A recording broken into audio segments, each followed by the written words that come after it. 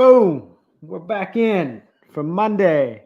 Shark Nation, welcome back. We're going to talk today about how to win as a new agent, how to find success, how to become valid as a new agent. So, Jason, my man, how's it going? Living the dream, man. It's funny that we're talking about this today because literally this morning I was in front of 20 some agents, brand new agents, just talking about becoming a realtor. Realtor, whatever. Uh, I'm botching it already. Get ready, but yeah. So it was good. So timely for sure. Yeah, I've coached a lot of new agents over my time, and I mean, obviously, we were both obviously new agents at one point too, right? So, um, I it's and the stat is just terrible. I mean, if we're going to talk about this, we got to talk about the stat. The statistic is that what 90% don't make it like past 2 years or so. Yeah, it's crazy. I mean, the success rate in our industry is not high, right? So I think a lot of times, the reason for that is, you see it on TV and it looks so easy, and you don't realize the amount of work that's required to be successful in this job. The average agent sells 4 houses a year, right? Not a lot to survive on, right? If you're going to be doing it part-time, maybe 4 deals a year is okay. But if you're going to be doing it full-time, you should be doing at least one a month. Yeah. Gotta keep those lights on. So you wanted to start at the beginning? Yes, I do. I know you do not, but I overruled you on this because this episode is my age, and with age comes wisdom, and people do want to know, dude. They want to know, how do I even get licensed? How do I become a real estate agent? I think it's important to do that. So in Pennsylvania, I think it's like a 72-hour course that you could do. There's online classes, which Chad has an affiliate link. You get 35 to 40%. I also have a link where if you want that, just hit me up for that. We'll get you a link for the online course, or any state you're in, you can go to SharkNation Live down here. We've got a link on there. Any state you're in, or if you need to do continuing ed if you're in the business. But yeah, there's a link there. We partnered with the CE Shop, sharknation.theceshop.com. So beautiful. No, that's awesome. So in Pennsylvania, you have 2 tests, 2 exams that you have to take. So you take the 72-hour course, and you're able to go take the exam, right? So there's Prometric testing or Pearson VUE testing centers all around the state, and you can just register at one of them. And then there's a national exam and a state-specific exam. You have to pass both of them. Once you pass both, then you can apply with the state for your license. Then you could join a brokerage, and then you could join a local board. Florida's basically the same, except there's not 2 tests. There's 1, and it's like a 63-hour class instead of 70. It's a little cheaper on cost. And I've coached in a lot of different states too. And basically, they all tend to be about 50 to 150 hours. I know Ohio is a little bit longer. It's like 120 or so, and it's like $1,000 for their classes instead of like the typical. Really?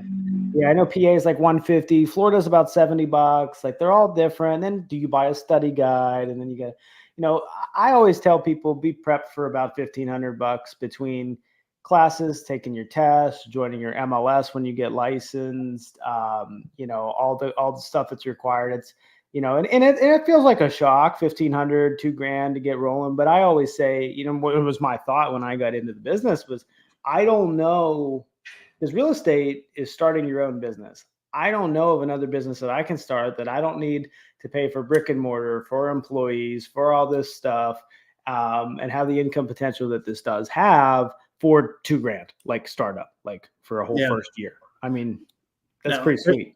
There's nothing like that. I mean, just to break it down, kind of the course itself is less than $300. It's like maybe $100 to take the exams. You take both at the same time, and then if you pass one, you could go take the other one or whatever another time. Here's the reality of taking the exam. Usually the questions are set up in a way to make you fail the exam because they want you to pay for more exams. So, and also the course, when you take the course, it doesn't really say, well, hey, you need to know this unless you have certain in-person instructors kind of guiding you. That's the nice part about taking the classes locally as opposed to online when you're watching the PowerPoint slides and the cheesy videos. But $300 for that, $100 for the course, and then like you said, your local board, you have to join NAR. You have to join your local real estate board and pay your dues and all that kind of stuff. And then you have monthly MLS fees and all that kind of stuff. So I think $1,500 is a good ballpark. And it's, so you talked about the classes not applying. It's I always say to people, it's a double-edged sword because like it's the frustrating part is that it doesn't really apply to what we do day to day. I don't know. Like it's Worthless. frustrating. Not worthless, but I mean, it's not applicable for day-to-day real estate. It's like even aside from like, okay, the fact that yes, we have to do a lot of lead generation and learn like that aspect, it's, you learn, like I know for me in both states that I'm licensed in, I learned a lot about lending, which yes, you need to know about, but like the hell is the lender for? Like why you need to know some scenarios, but like you don't need to figure out PMI and all this like you need to know how to navigate the like I don't know, maybe we should know about what the down payments are and the seller assist on loan like what I tell buyers and sellers, like that's what we should know. Not calculating amortization schedules and all this other BS crappy math that people are like terrified. Some people won't take the exam because they're scared of the math. Right. And the math, even like I said, even if you're terrible at math, you have a 25% shot of getting it correct just by guessing, right? So if you can eliminate some of the questions or answers, you can kind of get your percentages up into your favor, that way. But like you said, don't let one little thing deter you from your dreams, right? Well, in my experience too, like you said about the trick questions, if you just take the test, I mean, I feel like if you just get the right set of questions, it's easier. I passed the first time in Pennsylvania, but in Florida, I knew that it doesn't really apply as much. So I just like went and took it. Like I took the class, I just went and took the exam. It took me 3 times because I didn't really study much, and it was intentional, not like and I know people have taken 10 times and still make a killing in real estate. It's not the indicator of your income, but that brings me back to the double-edged sword is that it's frustrating it doesn't apply, but at the same time, honestly, the barrier of entry should probably be higher to represent somebody on their biggest life decision. We could have a whole show on that. Right. So it's the nature of the game. What I tell people is it's your ticket to the show. You need your ticket to get in. If you want to sell real estate, it's what's required. Like, so you got to just bury your head down and burn through it. Another pro tip is, obviously, Jason, I would always love to have the conversation with you, but at the end of the day, like, if you know you're going to do real estate, get your class and then pick your head up and look at brokerages and stuff. Cause I know I've had a lot of conversations with people about the stuff, and then, they take 2-3 months to do the classes and the test, and they come back and they don't remember a dang thing we talked about. So, the classes, just get them done, in the test, before, and then one other thing too, I think, is that there's a lot of, I wish I knew this, is why I say this. It's not to, you go to a real estate school and, they're not ours and you should join ours and we have a partner, blah, blah. Now, here's the deal. Some real estate schools are affiliated with a brokerage. Like they're literally like side by side. And, I'm not going to just go through and like name them, but like what's important is you can take your classes at any place, even if it's from a brokerage one, and join any brokerage. Like you don't have there's such a like guilt trip into joining the brokerage that the one that offers it at some of them I've seen in the past. And if that's the brokerage that you like, cool, totally fine. But I think it's important to know, like you might be in a in-person course that is affiliated with that brokerage, and they're going to feed you the dogma while you're there. So I just encourage independent decision and explore them all. And if you're exploring us, explore others. Like I'm always encouraging you to find what is the best fit. Yeah, for sure. And 2 points on that. One, I want to let people know ahead of time that this is a commission only based job. We are 1099 employees as real estate agents, no benefits, no insurance, all that kind of stuff. You basically hunt in the morning, eat in the afternoon, right? So we are not hourly. Sometimes you see these shows and you think, like, I've had a bunch of people come up to me and say, well, what's the hourly rate? And I'm like, there is none. It could be unlimited, and then they're like, what do you mean? It's negative. Explain that to, yeah, or negative for sure. Yeah, because those bills come due every month, regardless if you're selling or buying or helping or whatever. If you don't have any closings, your dues are due, right? So to touch on your point real quick with the brokerages, I always tell new agents that are coming looking for somewhere to, set up their license. I say, go interview 4 or 5 different brokers and see who's a good fit for you. I might not be the vibe that you want. Like I said, I'm flip-flops and t-shirt most of the time. Maybe that's not the vibe you want. But we get after it and we get our stuff done and we produce. But maybe that's not for you. Maybe you want something a little bit more, formal. But go interview around and see who you want to work with. Yep, it's a big deal. Yeah, you got to align. That's what it is. You've got to align with the people. It's more important. For me, I flipped around. I was at 3 brokerages my first 2 years, I think, or so, maybe a little bit. Yeah, about 2 years. And then now I've been at one for 8.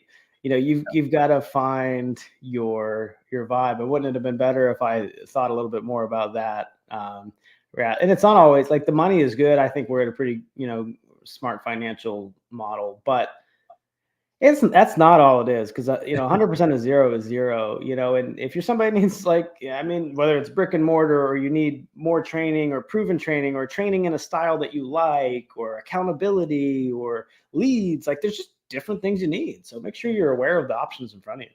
Yeah. And here's the reality, and here's the dirty little secret of the real estate business that nobody's going to tell you. If you want to switch brokers, any broker is going to take you, because there's really no overhead for them unless they're paying your fees and all that kind of stuff. But in reality, most brokers are going to take any agent. If you don't like where you're at, it costs you like $10 to switch your license with the state. So it's not hard to kind of be a free agent as a real estate agent. The only thing to caution for is some of them in their contracts do have, we will water down your commission to 25% by the time so if you have any under contract when you switch, there are certain that will water their commissions down. Or say you're at a 70%, and by the time you're done, you're getting 25 if you've left while it's still closing. Yeah. There's some that will keep your listings, and there's some that, will do certain things there's some too that make you sign a contract. And if there's no money given to you, which any new agent, I've never really heard of that, that there's nothing, there's no such thing. You can leave at any time.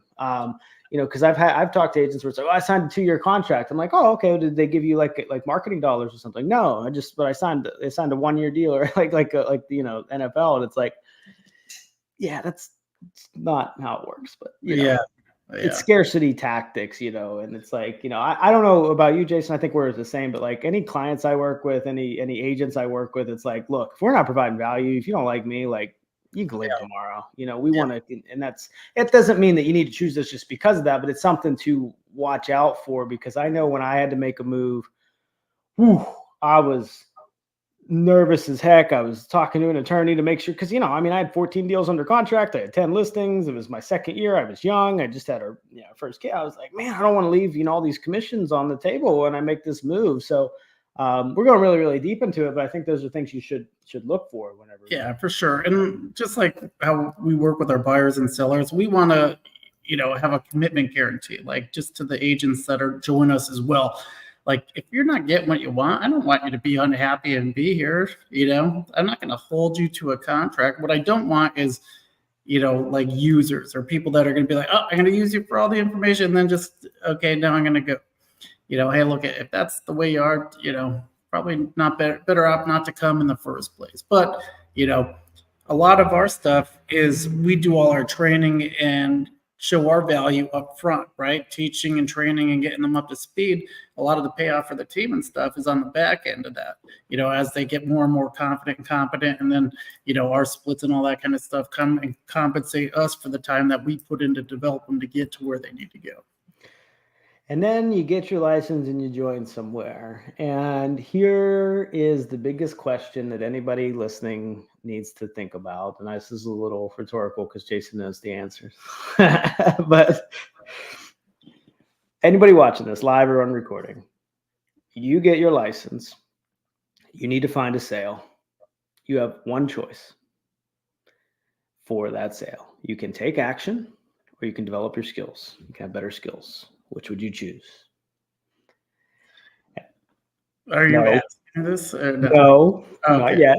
And here's why. You're setting the tone. You're setting the If you chose action, we'll come back to that. If you chose skills, remember I said you can only pick one. And if you get where I'm going with this, let me bring it home. How did you learn how to ride a bike? Was it a webinar that taught you how to move the pedals, or your parents that said, oh, lean this way, lean that way? Or was when you were on the bike and you felt that you leaned a little too far this way, or that you learn through doing, right? So I think that is the most crucial thing to take from this, because I have watched so many agents, so many get obsessed with the classes and the contracts in particular. And to be honest, it's probably like, I have to make sure, and it sounds good because they come to me and they say, hey, I need to know everything before, I need to make sure that I'm properly representing these people. And 100%, I agree. The hell's the support system for it? The brokerage or the team you're joining, right? Take action. If you don't know something, let me check with my team or brokerage about that thing. Like, easiest script in the world to remember. Yeah, it's the best one. If you're not sure, hey, you know what? That's a great question, Chad. Let me just double check with my broker. I don't want to give you any misinformation or tell you the wrong thing, but let me write this down and I'll get back to you by the end of the day with that. Is that all right? And here's the thing, is like when you go deep into the, all right, I'm a new agent. I need to learn XYZ, every page of the contract, all this stuff. And you do, let's say you do, I've watched this. I've watched somebody do this for 6 months or a year. And then they go out and they go find somebody that's relevant that wants to buy or sell real estate. 9 months in, they finally took action, and I've had real scenarios like this, and they forget half the shit or 75% of the shit that they learned in the first place, because it's a lot. It's a lot. So real estate, I don't know. Like when we onboard agents, we try to tell them, like, don't look at the top of the mountain, one foot in front of the other, because it's just too much. You cannot get it in a condensed, like it's so, and then even once you know it, like Jason and I have sold a lot of real estate in 10 years, 10 years for me, where you're at. And, what are you at now? Actually, you're at 2018. What's that? 6 years. 6 years. So 6 years, 10 years. I mean, I've sold 1,000. You sold probably about 500. So a lot of deals between the two of us. Yeah. Do you not still get deals that come across your desk that are like, whoa, never seen that before? Oh, yeah. Yeah, no, all the time. I mean, this job is a constant surprise, right? I mean, there's always something that you're not going to know. But what you're talking about is, and I always, when I'm training new agents, I always say, equate it to like having a giant boulder in front of you, and you're trying to get momentum pushing this boulder. The hardest part's in the beginning to get that sucker moving, but as you keep going and you're pushing that boulder up the hill, eventually as you get to the top, it's going to start rolling on its own. And that's when business is going to start coming to you. But the hardest part is keep pushing, because the initial hardest part, like I said, is in the beginning to get it going. But as you get it going, what happens? You'll get a couple deals under contract, and then you stop pushing, stop prospecting, and then you have to start all the way back over, and you're starting from the beginning. Does that make sense? Makes a ton of sense, and it leads me to my next point, which is, so Jason, what would you say in a general theme is the most common reason people get into real estate? They hate their 9-to-5 job. They hate working for somebody else. They want freedom of time. They want what? Hold on. Freedom. What was that? Huh? Freedom? Yes. And they'd hate working for somebody else, which freedom, hate working for somebody else. Would it be fair to say control of their day? Control of their destiny, control of their day. Like you said, one of the nice parts, like you said, we don't get the benefits and all that kind of stuff, but I don't have to call somebody to take off tomorrow if I want to go somewhere. Or if I have a doctor's appointment, I don't have to call off, right? Or but go ahead. Hold on. Don't go there. Don't get everybody excited about that, because that's where the trap is. Because the problem with this business is there's freedom. Oh, that's what I told the class today. The biggest killer of new real estate agents is the freedom. not being able to structure your day, not running it like a business. It's a lot easier to Netflix and chill than prospect for 3 hours a day, right? And it is the problem. The other problem why this is a problem is because, like, if you have a good sphere of influence, or if you run into somebody at a grocery store, at an open house or a thing, and you might have some deals fall into your lap that you didn't control, that input output equation, you didn't control, like you just bumped into somebody, or somebody saw your post, and you fell into it. Yeah, that's a big. Yeah, but they're looking at the gravy on top, and the cherries on top. Like that's what money tree. The money tree is growing. You have to, when you get new agent starting out in this business, I kind of figured out, but what I wish I knew more of was it is not going to fall into your lap. And if you want the control that you set out to get, you need to find a specific, measurable, and actionable thing that you can do weekly, monthly, yearly that can lead to daily. Yeah, 100%. And I say, but I put the goal weekly because I've found that, just having the weekly goal is, well, I think the problem is that we have certain days where things happen, whether some relatives are visiting from out of town or things like that. So as long as you stay committed to that weekly metric, yes, you're right. It is daily that you do it, but you need the weekly number to stay whole, is why I say weekly. But anyway, it's a whole other podcast. But so having the control that you want in this business directly comes from you doing things that are specific, like specific things, not like, oh, I'm going to make calls. To who? Measurable. I'm going to make calls. How many? And actionable. Well, at least I'm going to make calls but something like, well, I'm going to prospect today. Yeah. Well, actionable, like my sphere of influence is, I have a really good sphere of influence. Okay. How's that actionable? Yeah. I work really good on referral. How is that actionable? How can you control your referrals? Yep. What are you going to do? Yeah. Now you're 100%. I'd say for simple metrics, for time's sake on the show, I'd say for new agents, I would start out with this. An hour of your morning, first thing in the morning, should be on prospecting, talking to somebody new. You should look at, if you want specific, measurable, actionable, 5 2-minute conversations with somebody new every single day. If you do that, you'll be 90% above every agent, right? So say 9 to 10, you do prospecting, new people. 10 to 11 is follow-up, talking to everybody that you spoke to the previous day, right? Following up. 11 to 11:30, role-playing, kind of, having a game plan for your prospecting sessions. I did a big training class last Team Tuesday about this, but we take these calls and we don't expect objections, right? You're calling a stranger out of the blue, expect the objection up front, right?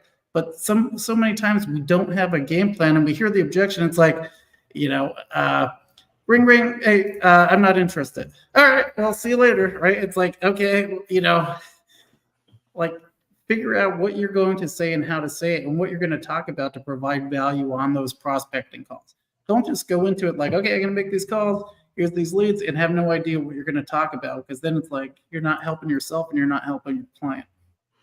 Yeah, and it's really got to stay in discovery. These calls, everybody, it sounds so simple, and we've all probably heard a realm of it, but in practicality, I find it very, very few times that people actually practice this. But staying in discovery, like, meet them where they're at. That you've got to ask questions. You've got to, they might, if they're waiting for their kids to graduate high school, because one's 18, the last one's 18, right? And they're not moving till after May. Yeah. What are you going to do today that's going to sell them? Nothing. You're not going to do a thing, but you wouldn't know that unless you ask questions. You have to ask questions. And that's the beauty of it. It's like, if you're worried that you're a new agent and you're worried about, what do I know? I don't know anything. Yeah. You know how easy it is to ask questions, because people love to talk about themselves. And it's not like in a, oh, this is a manipulation. We're going to ask them questions so that we can manipulate them. And no, you're just going to find out where they're at. So you find the problem so you can solve it. Yep. What are you looking to do so I can help you with solve your problem, right? So it's funny because I was just looking through my notes, And as you said, we have good or asking good questions. And when I want to tie back into 5 2-minute conversations per day.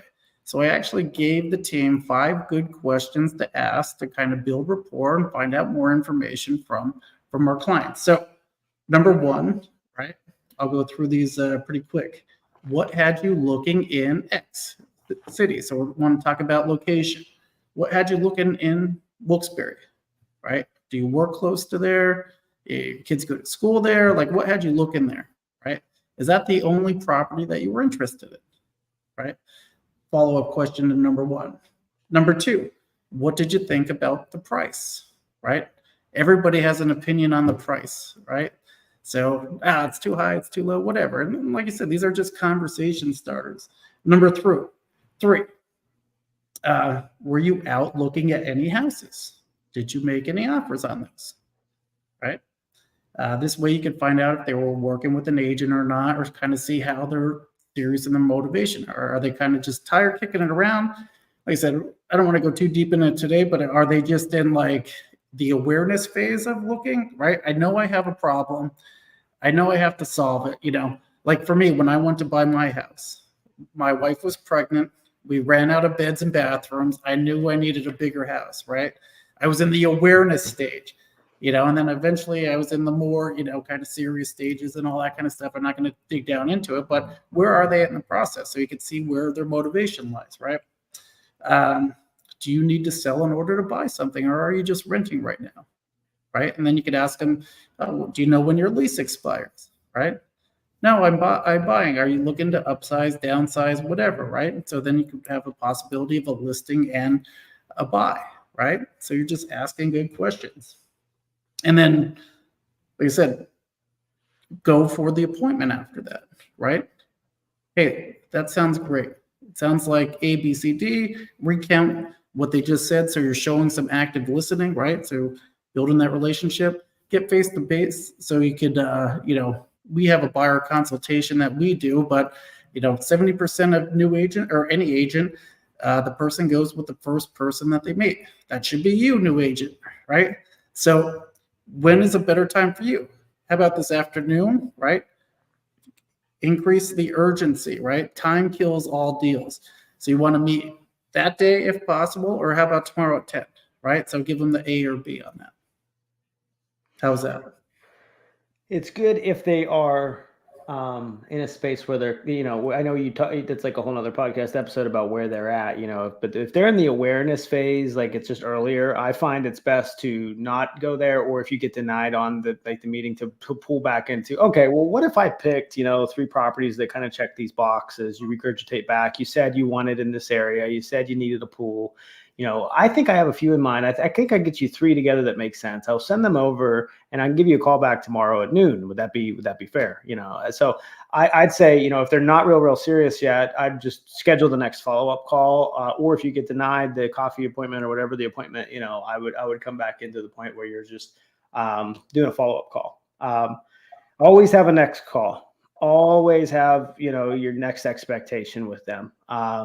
Because you just need to, and it's not ever to push them to do anything that they're not going to do, or to do it soon. It's just to keep giving them clarity. It's all about giving the person on the other side clarity, because a clear mind takes action, a clouded mind sits still. You cannot make somebody move that will not move, but you can shorten the window. If it's, without your help, it could take them a year. With your help, they might realize, wow, interest rates are high, but the payment's not as high as I thought. They might not, but they might, right? They might realize, wow, I didn't think I could afford this because I was only looking in this neighborhood and this real estate agent recommended this neighborhood. Yeah. Right? Or I thought I had to put 20% down and I didn't know I could put as little as 3.5% down to buy a house. Holy crap. You're the best person ever. Thank you for helping me and guiding me on my journey. And stop trying to bend the shit. Like give them give them what it is, so that they can make the right decision for themselves. Let them make the decision. It's not I think this ties right into like the next part of being a new agent. That's super important. Why should I pick you, Chad, over the other 10,000 agents in Florida, right? Why should they pick me over XYZ amount of agents, right? You should have an answer for that question.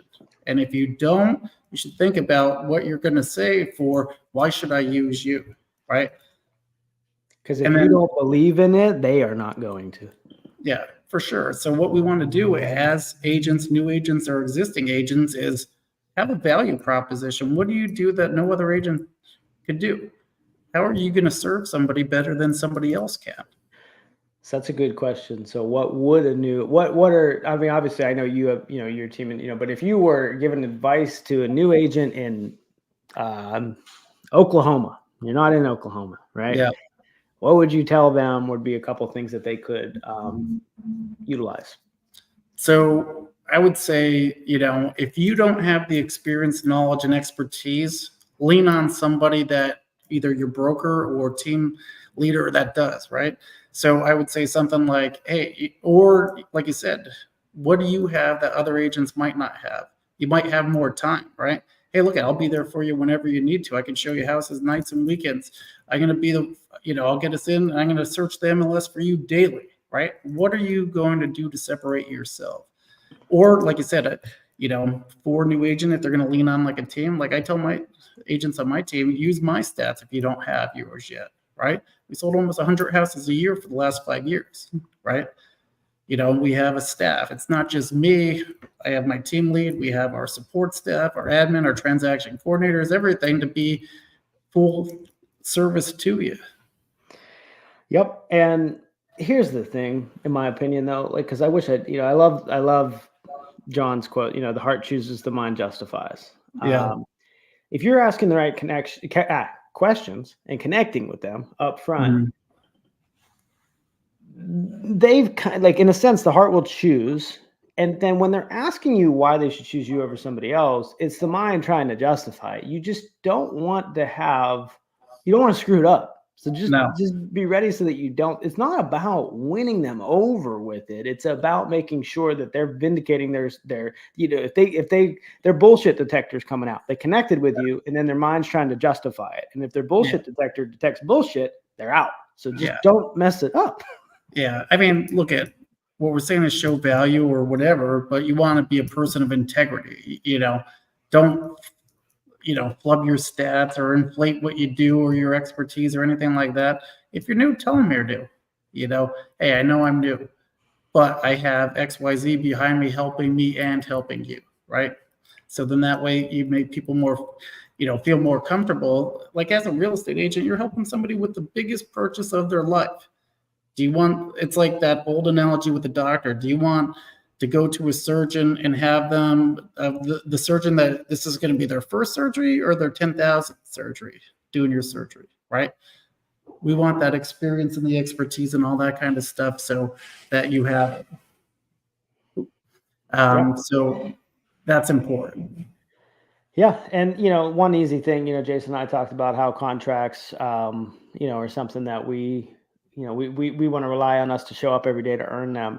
There's your layup as a new agent. You can always have a satisfaction guarantee, put a exit clause type deal if you need to, or whatever, depending on whatever your contract will allow. But I've watched a lot of people get real excited about. So here's a real situation. I had a seller last week who was worried because we didn't put the exit clause in ours. It was just a new template and we didn't have it in there. And she's real hung up on it. And I called her and I said, I told you, it's that. But the contract doesn't say that. And we went back and forth. Look, I know. But look, I'm going to add that clause in there. I don't need there was this big argument created over having tying them down for a certain period of time. I could have lost that listing because I wanted to hold them in for 30, 60, 90, 180 days, and then go down that road. You're with somebody that doesn't want to work with you. Oh man, I've been there. It's ugly. Yeah. No, that's horrible. I'd say for new agents, here's a couple things that you could do to provide value right out of the bat, right? Like you said, a commitment guarantee that, long story short, I'm going to give you everything that I can and be there present, help you on your journey. Number two, like you said, a cancellation guarantee, right? I don't believe in long-term contracts. If you don't like working with me for whatever reason, you could cancel your contract at any time. That's like a risk-free guarantee. On the buyer side, to kind of get rid of some of that buyer remorse or whatever, to kind of get buyers to be a little bit more okay with making a move. Sometimes they're scared and on the fence. We have a love it or list it guarantee. If you don't like your house within the first 6 months, we will sell it with no listing side commission for free, right?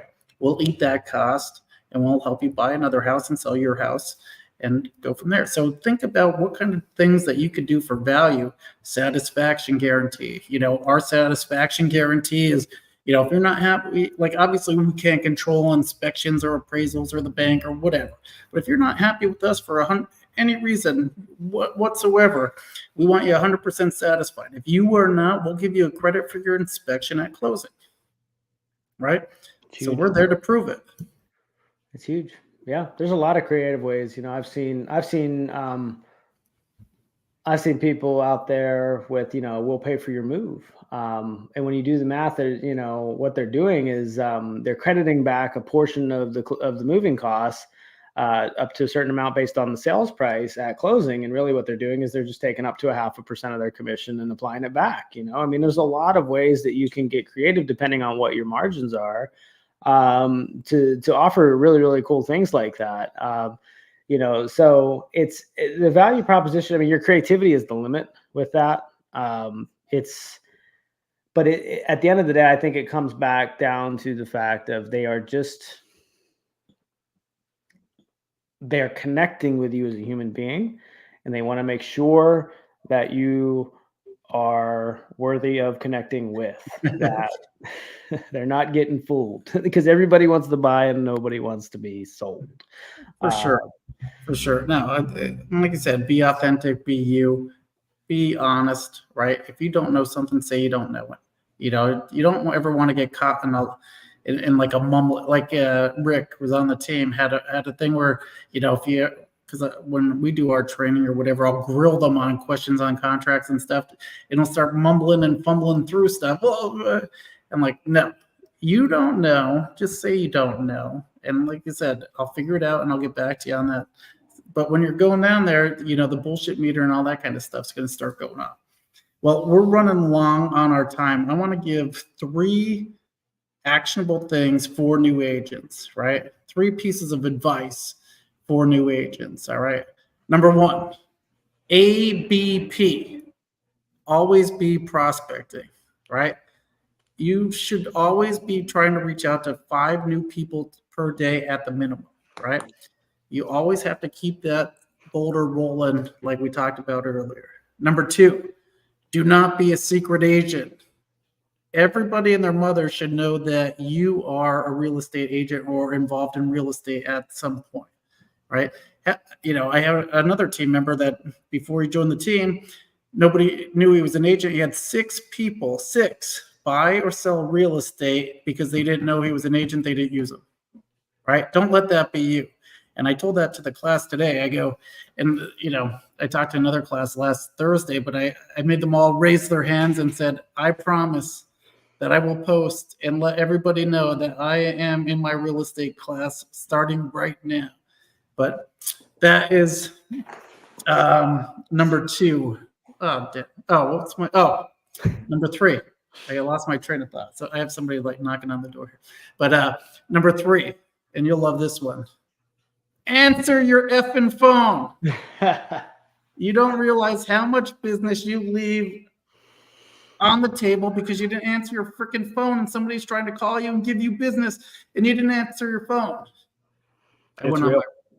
It's a big, big indicator of your success. And the thing I'll leave you with from those are really, really good is, if you have a serious income interest in this business, you better have a serious activity level. You better put a body cam on you all day mentally.